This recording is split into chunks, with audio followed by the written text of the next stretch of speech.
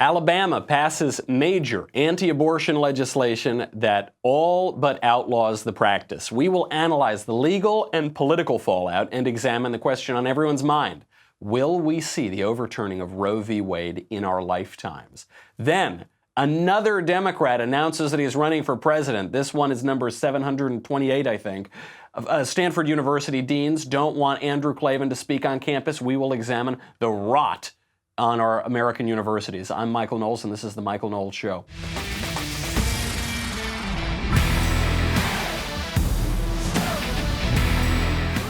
There is so much BS going around about this Alabama law today. I have read the law, I have read the analyses of the law, I have read the history of this law. We will separate fact from fiction. We've talked a lot recently about the ethical and moral questions of abortion, so we're going to focus on the legal and political consequences. This could be one of the most consequential moments in American law, in American history. We'll see the likelihood of that. But first, let's talk about something much more important than the total changing of American law, going back to foundational principles. Let's talk about how I look so good.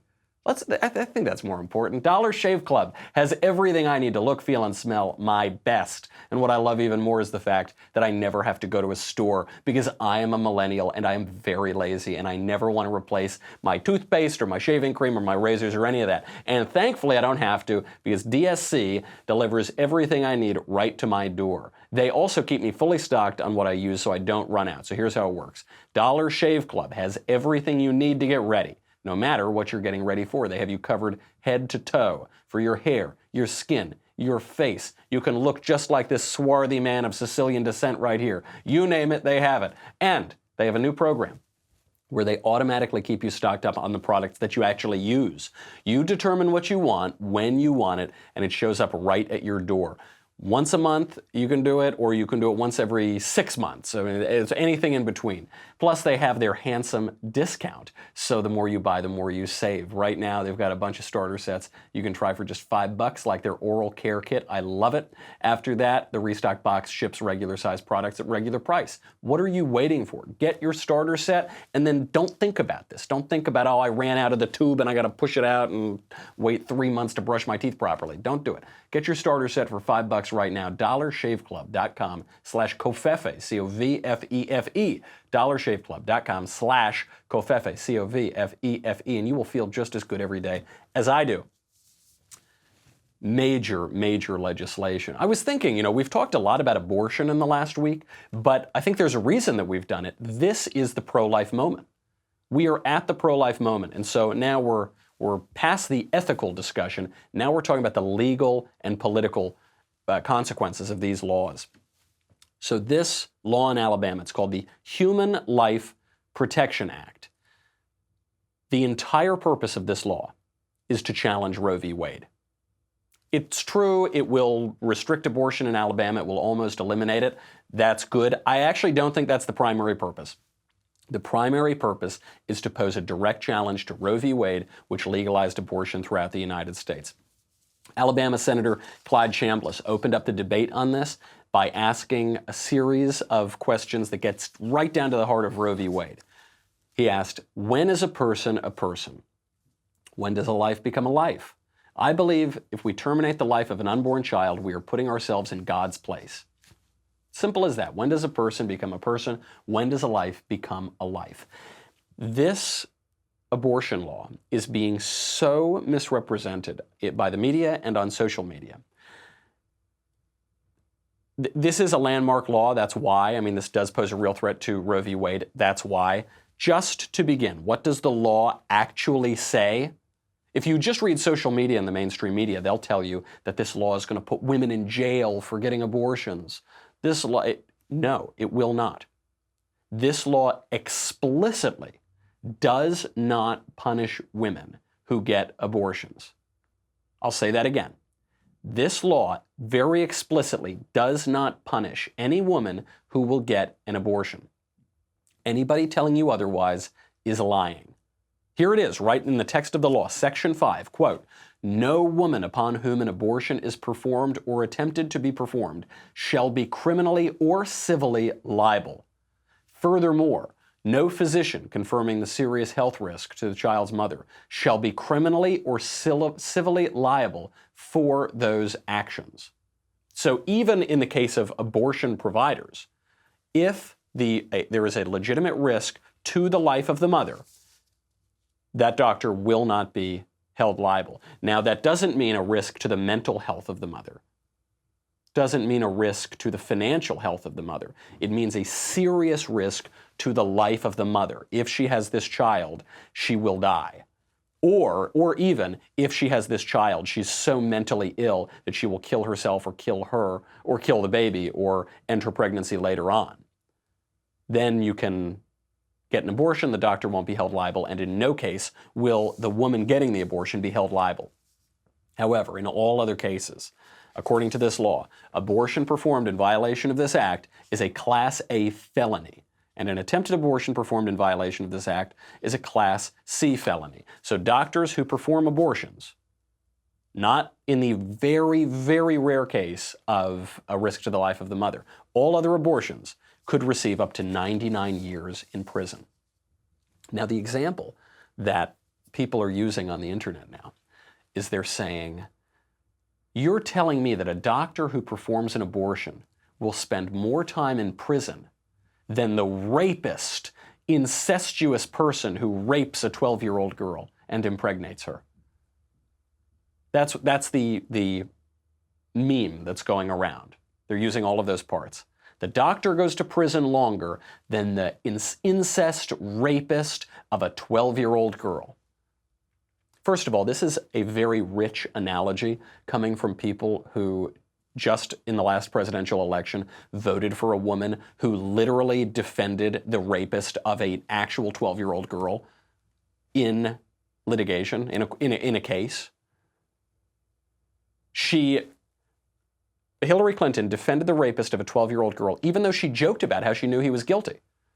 We have it on tape that she joked about that she knew he was guilty. So that's okay. You can vote for the person who defended the rapist of a 12-year-old girl, but now you're going to demagogue on that issue to save 1 million babies per year.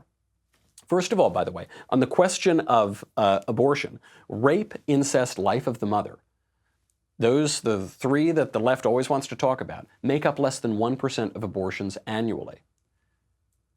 And in the awful case of rape or incest, that's terrible. But what about the baby? If the logic of abortion is that the baby is not a baby, as that gentleman that I talked to in Philadelphia the other day said, a baby is not a baby. That's the logic of abortion. The logic of pro-life is a baby is a baby. So if a baby's a baby, then in the awful case of rape or incest, the logic doesn't break down. Now, I think we should kill the rapist. I think it's perfect. It would be perfectly fine to use capital punishment to kill all the rapists in the country. That's fine by me. It doesn't change the question of the baby. Also, they say that the doctor will be punished more than the rapist. Right, in our legal system, murder is considered a more serious crime than rape. So if abortion is morally equivalent to murder, then right, that's what will happen. That's what the law says, right. Now, the law goes further. The law, in the text of it, says, quote, it defines a person for homicide purposes to include an unborn child in utero at any stage of development, regardless of viability. And it was at this point, reading through the Alabama law, that I realized this is the opposite of the New York abortion law. That New York abortion law that was just passed, the Reproductive Health Act, goes so extreme in the other direction that it says you can kill a baby at any time up until the moment of birth. And it actually changes the penal law to say that if you kill a pregnant woman, it's no longer double murder, now it's only a single murder. And what this does is it defines a person for homicide purposes as including an unborn child. Now, of course, when the New York law passed, the mainstream media thought it was just fine and dandy. The Empire State Building was lit up pink, or the World Trade Center was lit up pink. There were celebrations. Oh, it was perfectly fine. This, of course, not. There's an interesting phenomenon that's going on right now that is even beyond the abortion question, which is that the liberal states are getting more liberal and the conservative states are getting more conservative. And specifically on this question of abortion, the pro-abortion states are becoming radically pro-abortion. Kill a baby while he's being born, kill a baby after he's been born, if you take the governor of Virginia at his word. That's on the one side. On the other side, babies are babies and you can't kill them regardless of the reason that you want to kill them. The irony here is that Roe v. Wade was supposed to stop this. Before Roe v. Wade, the public opinion in the United States was moving in favor of abortion. If you had not had this blanket Roe v. Wade decision that invented a constitutional right to abortion and legalized abortion throughout the United States, you would have what you had before. Some states you'd have legal abortion, some states you wouldn't have legal abortion. And at that time, states were moving in the direction of legalizing abortion. Now, maybe that would have changed over time. This is one of the features of our system of self-government, is as circumstances change, as our understanding of the law changes, as our understanding of ourselves change, we can change the laws. Now, Roe v. Wade stopped that. Roe v. Wade halted that entirely. They said, we can't keep having this state-by-state debate over abortion. We need one federal law for everybody. So they did that, and guess what happened? The debate only got more intense. Guess what happened? Public opinion began to turn in favor of pro-life. This is the case for federalism here. The attempts to quash federalism, the attempts to have a blanket rule for everybody, don't work. We'll see why they don't work in a second, but now let's talk about the numbers. Let's get into our numbers. If you don't know your numbers, you don't know your business. And the problem growing businesses have that keeps them from knowing their numbers is they have this hodgepodge of business systems.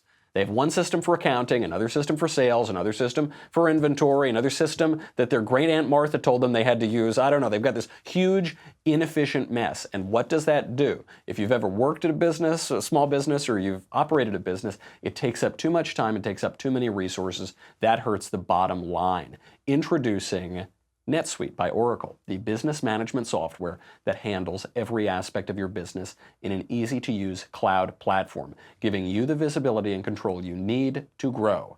With NetSuite, you save time, money, and unneeded headaches by managing sales, finance, accounting, orders, HR instantly right from your desktop or phone. That is why NetSuite is the world's #1 cloud business system. Don't waste time, don't waste money. You could seriously imperil the life of your business if you have all these crazy systems that don't work with each other, that don't talk to each other, and you're just not tracking. Data is king. Don't lose sight of that. Right now, NetSuite is offering you valuable insights with a free guide, 7 key strategies to grow your profits at netsuite.com/Knowles, Knowles.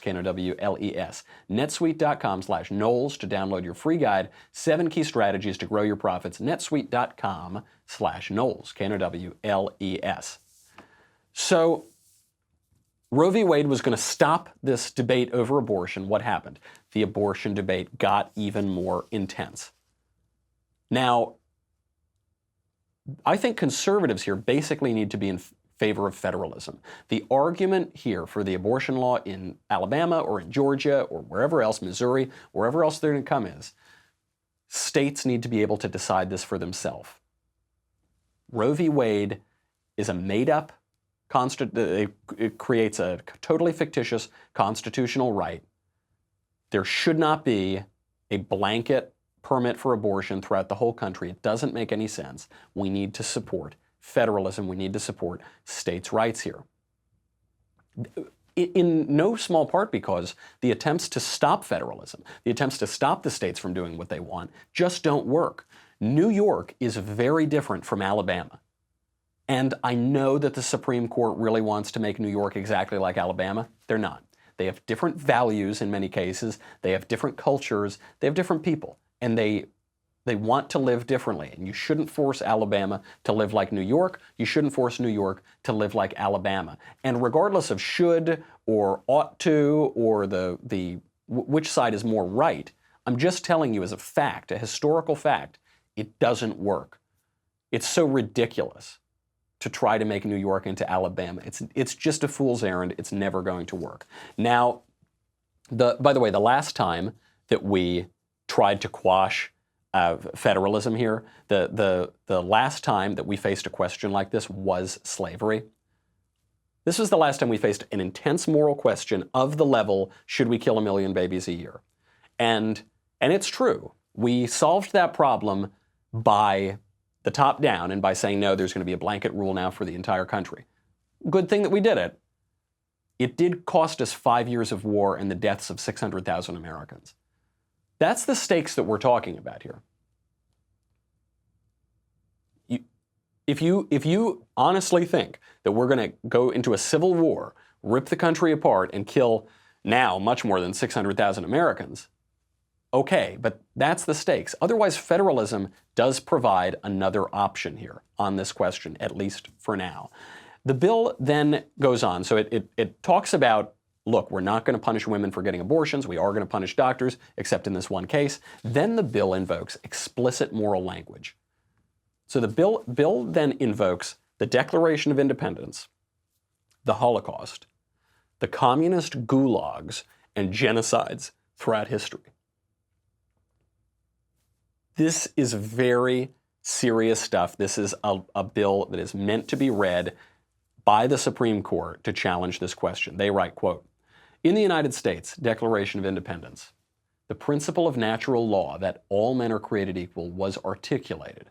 The self-evident truth found in natural law that all human beings are equal from creation was at least one of the bases for the anti-slavery movement, the women's suffrage movement, the Nuremberg war crimes trials, and the American civil rights movement.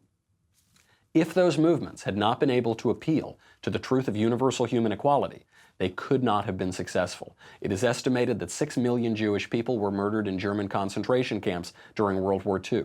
3 million people were executed by Joseph Stalin's regime in Soviet gulags.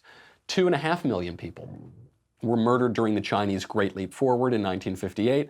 1.5 million to 3 million people were murdered by the Khmer Rouge in Cambodia during the 1970s, and approximately 1 million people were murdered during the Rwandan genocide in 1994.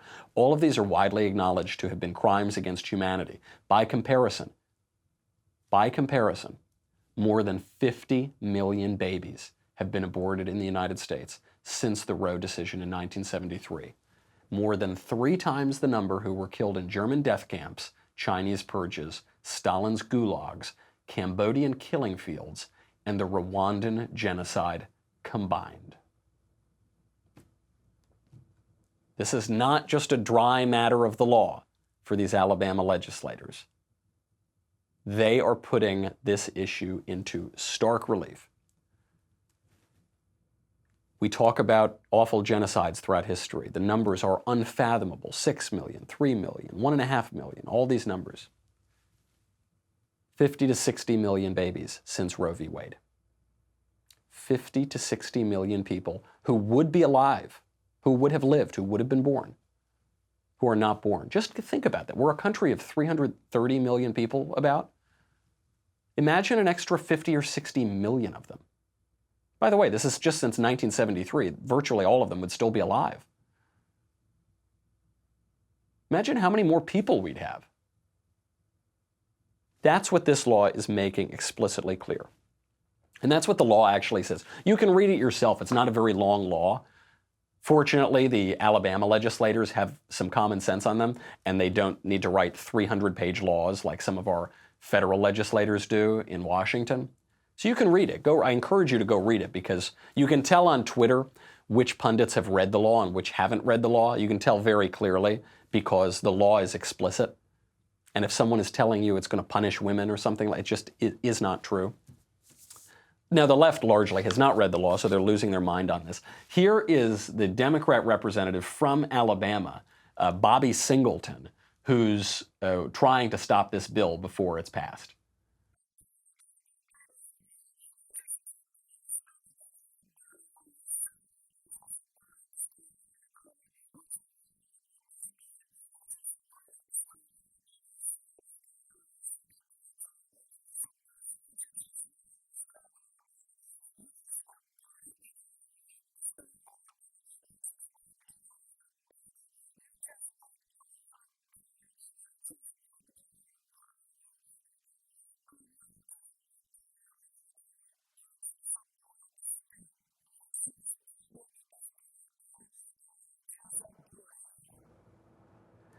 So I don't think that Bobby Singleton has his metaphors quite right, because he said you aborted the state of Alabama, and then he says Alabama was pregnant with this bill and you aborted her. But if it was the abortion, it would be that someone else was pregnant with the state of Alabama, right? It would be, or if they rejected the bill, they would have aborted the bill. But they didn't abort the state of Alabama.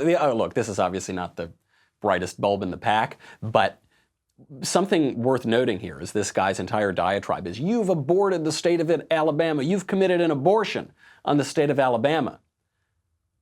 What he's implying here is that abortion is a very bad thing, right? He's actually, in his rhetoric, he's undercutting his entire argument. Because what he's trying to say is that abortion is really good and we should protect abortion. And the way he's doing that is saying, you guys have just done something so bad, so indefensibly bad, that you've committed an abortion by outlawing abortion. Okay, maybe he should have thought that one through or given it to a staffer or somebody to read beforehand. Other people, media figures, are up in arms about this. John Fugelsang, who is a left-wing comedian and radio host, he tweeted out, quote, Alabama rapists thank the state GOP for finally giving every one of them the option to pick the mother of their next child. Okay, again, the case of rape accounts for virtually no abortions per year, far less than 1% per year in the case of rape. And also, I mean, just what he's saying is not true. There are 36 couples for every one baby who is given up for adoption, who want to adopt that baby. So no, the rapist does not get to pick the mother of his next child, because that baby can be given up for adoption, and there are many, many, many people in this country who want to adopt that baby. Amnesty International, sort of ironically named organization, just tweeted out, quote, abortion bans like the one passed in Alabama are a violation of human rights. These bans will be deadly. They will endanger pregnant people's lives. We must not go back. So abortion bans are a violation of human rights. Killing 1 million babies a year, not a violation of human rights. Abortion bans, violation of human rights. The bans will be deadly. So this law that they just passed, not deadly, or that the law is deadly. Killing 1 million babies a year, not deadly. It will endanger people's lives. Well, it actually says it will endanger pregnant people's lives. There's just no justification for that at all. This is based on a lie that came out of the pro-abortion movement. They said that before Roe v. Wade, 5,000 to 10,000 women per year were killed from illegal abortions. That is completely made up. The guy who invented that number, Dr. Bernard Nathanson, who was one of the founders of NARAL, the pro-abortion organization, he has admitted in later years, after he became a pro-life advocate, that the number was plucked out of thin air to just be useful propaganda. We actually know how many women were killed the year before Roe v. Wade from illegal abortions. It's not 10,000, it's not 5,000, it's 39 people. 39 people killed from illegal abortions that year. 24 women killed from legal abortions that year. And then even more, when you factor in how many states abortion was legal in and how many states it was illegal in, you find out that the likelihood of dying from an illegal abortion that year was exactly the same as the likelihood of dying from a legal abortion. There was no difference whatsoever. And virtually no women, a very, very small number of women, actually died from either of them. So it won't endanger pregnant people's lives at all. That's just a total lie. The only thing endangering people's lives is abortion, which again, kills 1 million babies a year. So what does this mean for Roe? What does this law mean for the landmark decision? I don't think that this law is going to lead to the overturning of Roe v. Wade. I don't think, I really wish it would. I do not think that the Supreme Court is going to overturn Roe v. Wade. I will tell you why in a second, but first we got to go to dailywire.com. And so much more to get to. And we have this new Democrat in the race, and he launched his campaign, unfortunately, with one of the most cringe-inducing videos of the entire race, which is really saying something. Then poor Andrew Klavan, our buddy, is being accosted by the administration of Stanford University. We'll get to the heart of what's going on there. And also, did you hear that? Did you hear, it sounds like bells chiming or birds singing. And that's because it's almost time for our next episode of The Conversation featuring little old me. I will give you pearls of wisdom. Tomorrow at 7 p.m. Eastern, 4 p.m. Pacific, I will be taking all of your questions, every query that has burned in your hearts. I will answer them live on the air. Plus, Elisha Krauss will also be there, so, that'll be nice. As always, this episode will be free for everyone to watch on Facebook and YouTube, but only subscribers can ask the questions. Once again, subscribe to get your questions answered by me tomorrow, 7 p.m. Eastern, 4 p.m. Pacific, and join the conversation. DailyWire.com. You get everything. Most importantly, you get the Leftist Tears Tumblr. You're going to need that because of this abortion law, because we're not going to keep killing all those babies every year in Alabama. Drink up. The left is furious. We'll see you in a few seconds.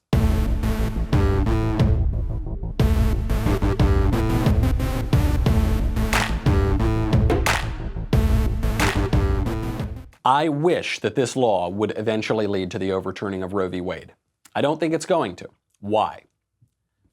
So Roe v. Wade, for those of you who don't know, is the landmark Supreme Court decision in the 1970s which legalized abortion throughout the country. How did it do it?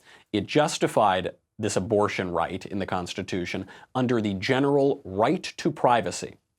So this is what the court found from Roe v. Wade. Quote, "This right to privacy, whether it be founded in the 14th Amendment's concept of personal liberty and restrictions upon state action, as we feel it is, or in the 9th Amendment's reservation of rights to the people, is broad enough to encompass a woman's decision whether or not to terminate her pregnancy. We need not resolve the difficult issue of when life begins. When those trained in the respective disciplines of medicine, philosophy, and theology are unable to arrive at any consensus, the judiciary, in this point in the development of man's knowledge, is not in a position to speculate as to the answer." This is really rich coming from this Supreme Court, because on the one hand they're saying, we're going to invent a new constitutional right. And where is it? I mean, we can't really find it, but I don't know, it's in the 14th Amendment or the 9th Amendment. It's in one of those amendments, right, somewhere. So they say that on the one hand, and then they say, when does life begin? Gosh, we could never know that. We would never presume to tell you when life begins. Well, you just presume to invent a completely new right in the Constitution. So, I don't know, I figured you could answer the simplest question ever. Let me give you a little biology lesson, Supreme Court. When mommy and daddy love each other very much, and then the sperm and an egg meet, and the sperm fertilizes the egg, that's when life begins. Meets every scientific definition of life. And it's obviously the case. They won't answer that one. So they say that there's this right, in the 14th or the 9th or whatever. Let's say that there is that right. Certainly, the right to privacy is trumped by the right to life, right? Now, the court knew that. That's why the court had to include that extra language. But we don't know when life begins. Yes, we do. We do know when life begins. But the court wanted to invent a national right to abortion, so they invented it. Now, there was a great dissent from Justice Byron White here. Byron White was not mincing words. He wrote, quote, "I find nothing in the language or history of the Constitution to support the court's judgment. The court simply fashions and announces a new constitutional right for pregnant women, and, with scarcely any reason or authority for its action, invests that right with sufficient substance to override most existing state abortion statutes." Now, Justice William Rehnquist also dissented here. And Justice William Rehnquist, who went on becomes the Chief Justice of the court, he pointed out what Justice White was implying. If the 14th Amendment protects abortion, as the court starts to say, this was apparently unknown to the people who wrote the 14th Amendment, and also to the people who enacted the 14th Amendment, who ratified it. The first state law dealing directly with abortion came in 1821. It was enacted by the state of Connecticut. The 14th Amendment was adopted 47 years later. At the time that the 14th Amendment was adopted, at least 36 laws by states or territories limited abortion. And 21 of those laws were still on the books at the time of Roe v. Wade. So there's just no argument at all for the 14th Amendment argument or for Roe versus Wade. And that's why there are 20 cases right now on their way to the court that challenge Roe v. Wade. In Indiana, there was a bill signed into law by then Governor Mike Pence. This required an ultrasound and an 18-hour waiting period before you could get an abortion.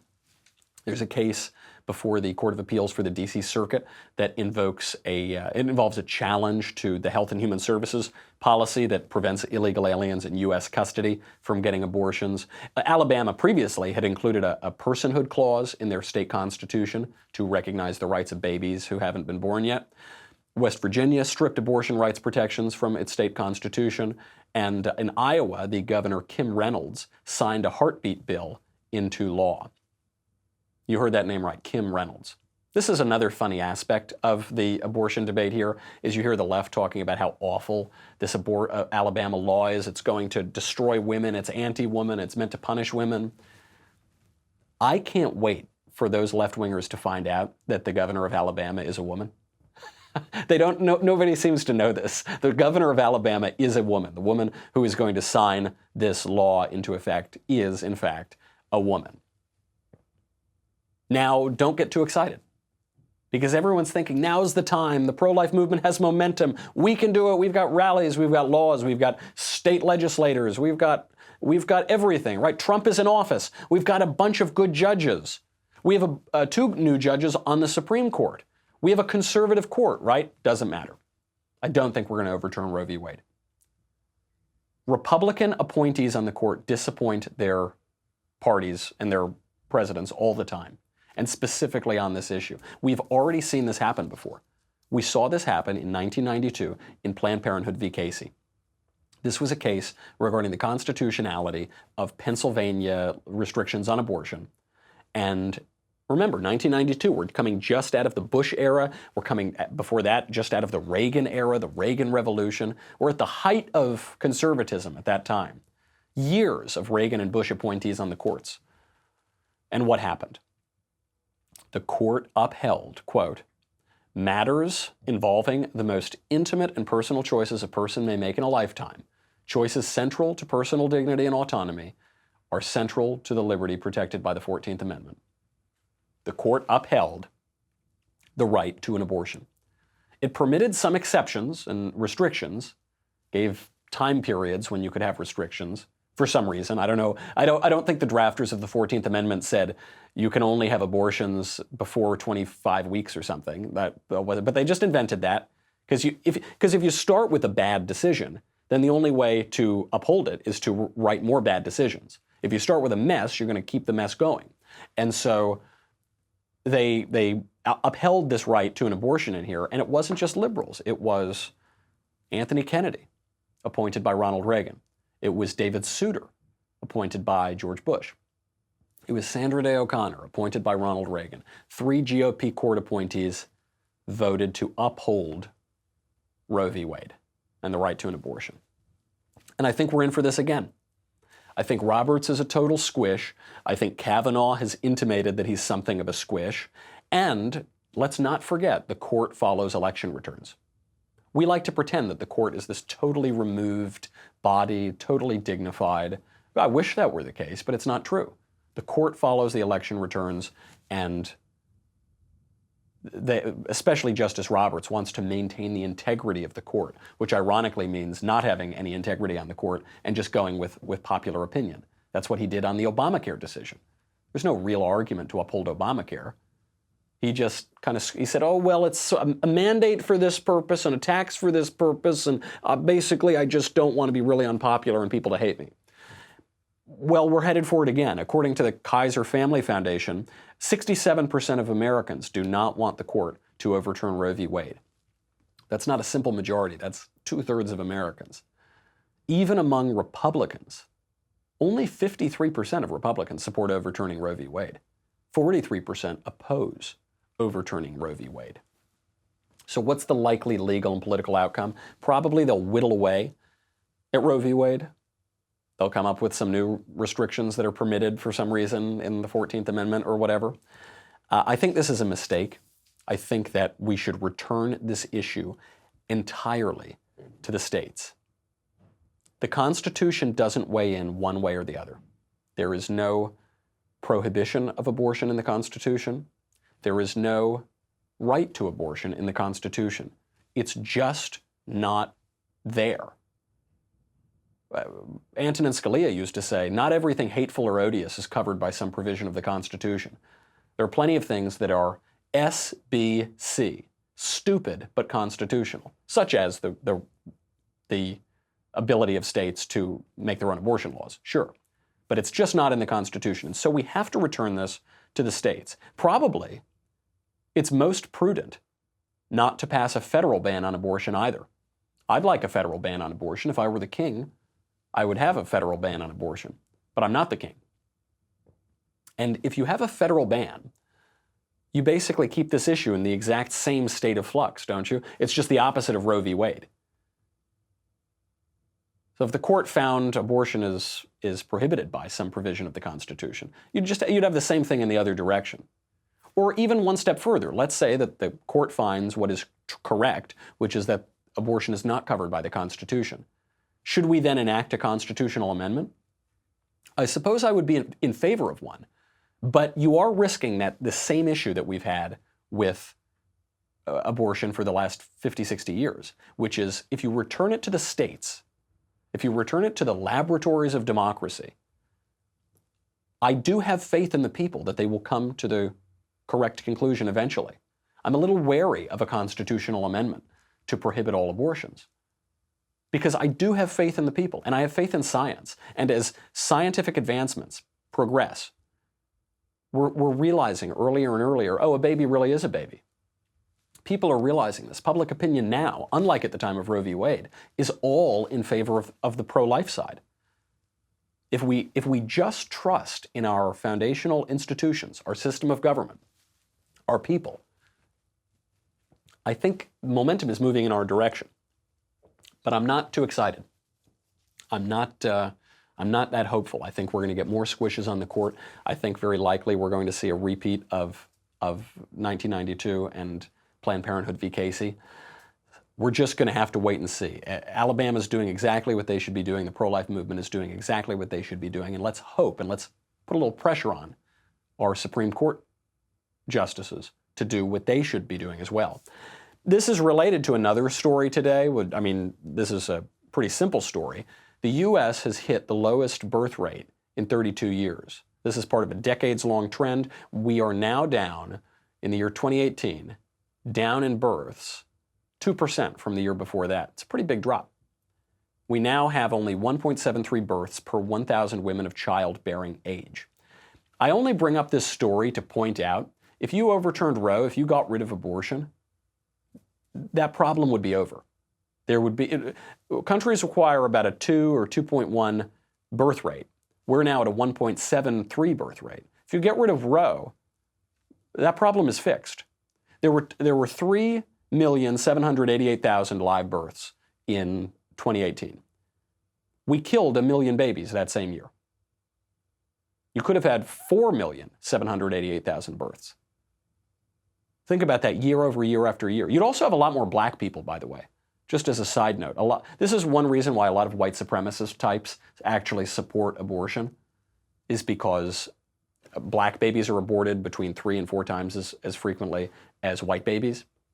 So if the left wants to end white supremacy, which does not exist in this country, but let's say that it did, if the left wanted to end that, you'd think that they would want to overturn Roe versus Wade. No, they don't. It's just words, words, words. The other thing that would happen if you overturned Roe versus Wade and you stopped killing 1 million babies a year, you'd solve the immigration problem. The reason why neither political party actually wants to solve the immigration problem is that economically we need the immigrants. Our population is dying. We have 1.7 birth rate. We're not replacing ourselves. The only way that we keep this economy growing is by bringing people in from the third world or from wherever. Republicans acknowledge this too. The Chamber of Commerce knows this. I mean, the Wall Street Journal Republican types, they all know that. But if you stopped killing 1 million babies a year, that need, that economic need would go away. It would be vastly diminished. It just reminds us abortion is not just a social issue. That's how some people want to portray it. It's an economic issue, it's a demographic issue, and it's a legal issue as well. Completely changing topics from the Alabama abortion law, which is basically the only news of the day, but we have to cover this guy. He's not in the news, and he's probably never going to make it into the news, but I hope he does. He's the newest Democrat in the 2020 primary race. His name is Steve Bullock, and he is the governor of Montana, and he's not ever going to be president. But the reason I hope he makes it to the debate stage, I'm considering donating money to him because I want him on the debate stage. He was asked on C-SPAN, after being governor for 7 years, almost 7 years, what he was most proud of. Here's what he said. Yes, ma'am. What have you been proudest to achieve as governor?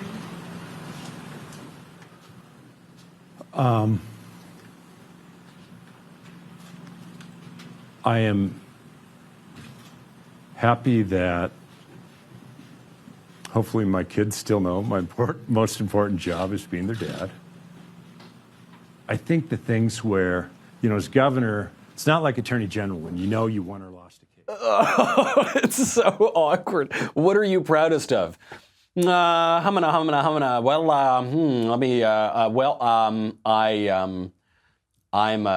a dad. I guess we are back to the Roe v. Wade question. I guess everything leads back to abortion this week. That's what you're proudest of? No, she said, you've been governor for 7 years or what? What are you proudest of? I don't know. That's a softball, Governor. That you're supposed to know the answer to that one. She's not grilling you here. It's so brutal. The guy can't name one thing that he's proud of doing as governor, so he's going to run for president.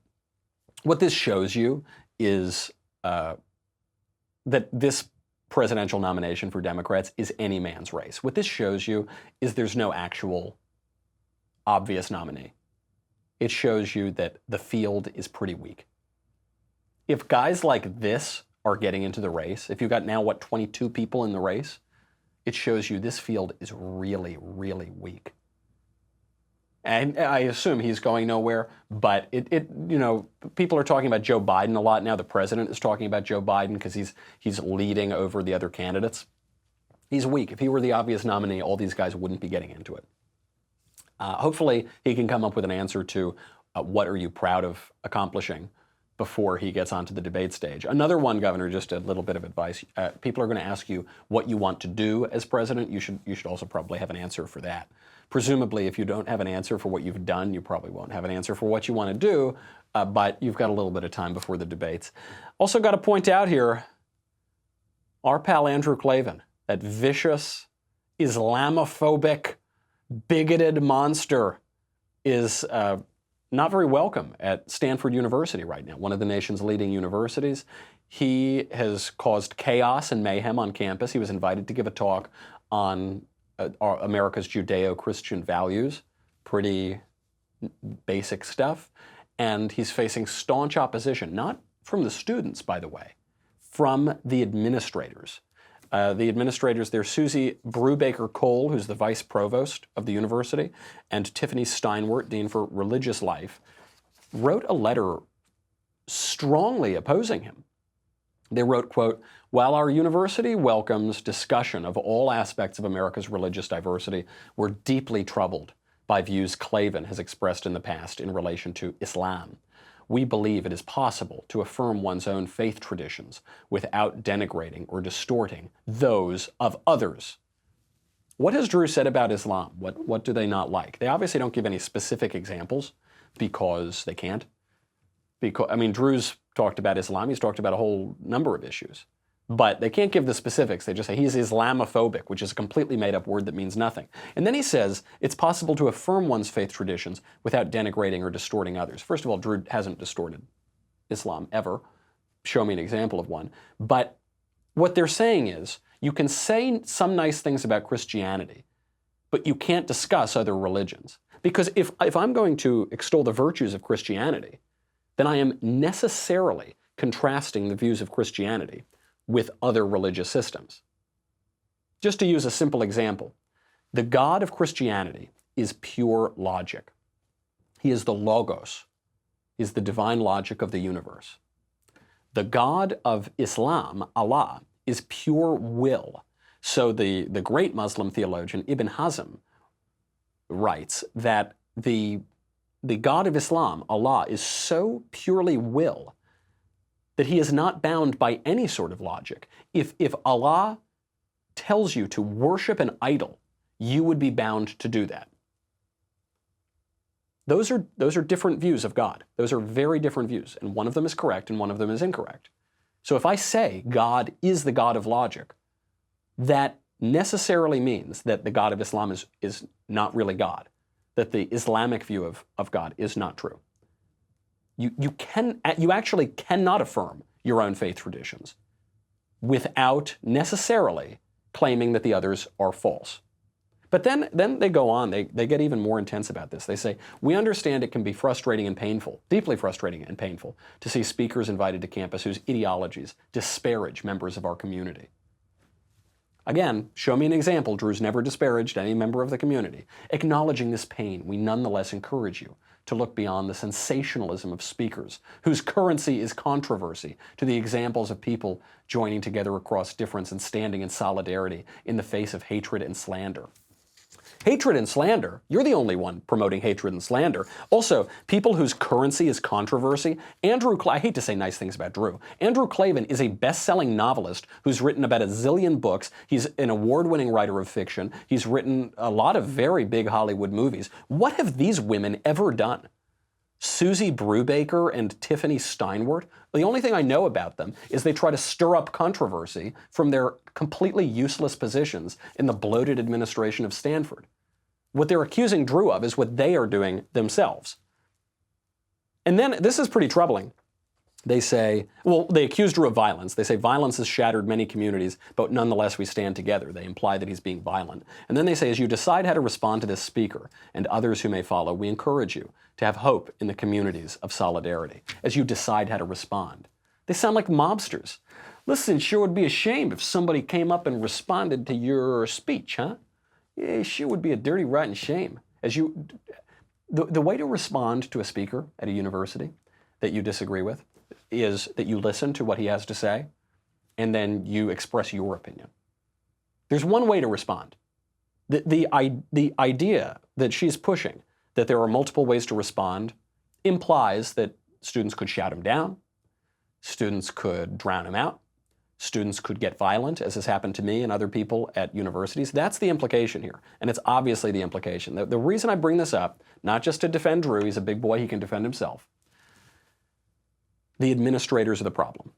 You know, there are those kind of childish idiots, like the girl at Yale who was shouting, this is a safe space. You're screaming the F word at her professor. Who hired you? All this kind of stuff. This is not an intellectual community, she shouted. It's easy to vilify the students, and the students are complete idiots. That's true. And that girl in the Yale video is a privileged, bratty little child. Students are ignorant and uneducated and badly behaved by definition. That's what a student is. The issue is the administration. The issue is Susie Brubaker Cole and Tiffany Steinwert at Stanford. The issue at Missouri is that jerk chancellor, Molly Agrawal, who, after I was physically assaulted, smeared me as a bigot and defended the heckler's veto. That's the issue. They're the problem, because they should know better and they don't. So what we should do is defund these universities that tolerate this stuff at a public level. We should stop donating as alumni at the private level, and the demand should be clear. Fire the administrators. Stop the bloat. I get why they kowtow to the students. The students are paying 70, 80 grand a year to go to these universities.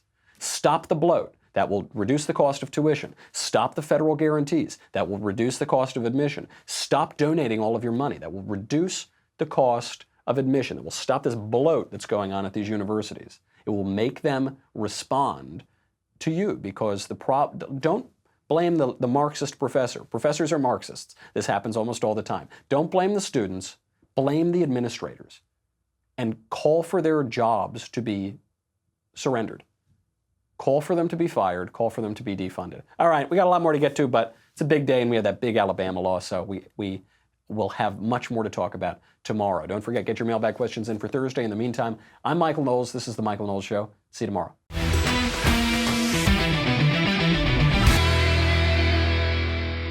The Michael Knowles Show is produced by Rebecca Dobkowitz and directed by Mike Joyner. Executive producer, Jeremy Boring. Senior producer, Jonathan Hay. Our supervising producer is Mathis Glover, and our technical producer is Austin Stevens. Edited by Danny D'Amico. Audio is mixed by Dylan Case. Hair and makeup is by Jesua Olvera, and our production assistant is Nick Sheehan. The Michael Knowles Show is a Daily Wire production. Copyright Daily Wire 2019.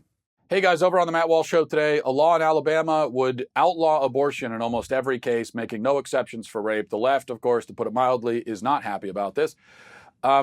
I sense that maybe the tide is turning in America in favor of the pro-life cause. Am I being too optimistic? Well, that would certainly be a first, but we'll talk about it. Also, someone emailed me and asked whether conservatives are putting their heads in the sand when it comes to gun violence. Is that true? Are we? Well, I'll address that question today over on the Matt Walsh Show.